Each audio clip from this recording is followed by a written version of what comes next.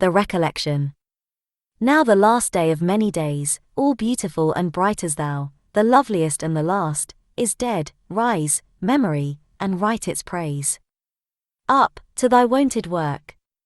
Come, trace the epitaph of glory fled, for now the earth has changed its face, a frown is on the heaven's brow.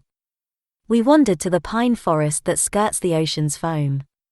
The lightest wind was in its nest, the tempest in its home, the whispering waves were half asleep, the clouds were gone to play, and on the bosom of the deep the smile of heaven lay. It seemed as if the hour were one sent from beyond the skies which scattered from above the sun a light of paradise.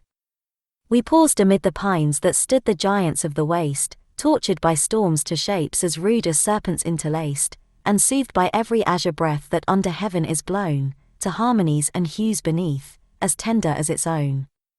Now all the treetops lay asleep like green waves on the sea, as still as in the silent deep the ocean woods may be. How calm it was, the silence there by such a chain was bound, that even the busy woodpecker made stiller by her sound the inviolable quietness, the breath of peace we drew with its soft motion made not less the calm that round us grew. There seemed, from the remotest seat of the wide mountain waste to the soft flower beneath our feet, a magic circle traced, a spirit interfused around a thrilling silent life, to momentary peace it bound our mortal nature's strife, and still I felt the center of the magic circle there was one fair form that filled with love the lifeless atmosphere.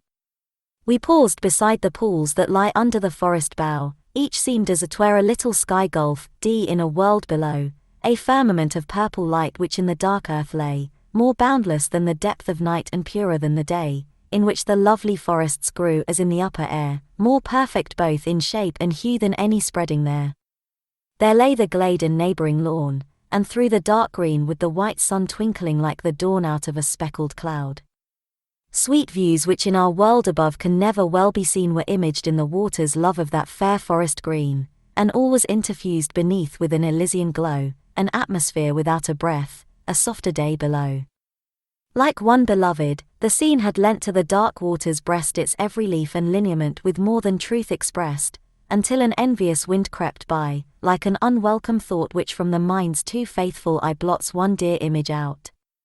Though thou art ever fair and kind, the forest's ever green, less oft is peace in Shelley's mind than calm in waters seen.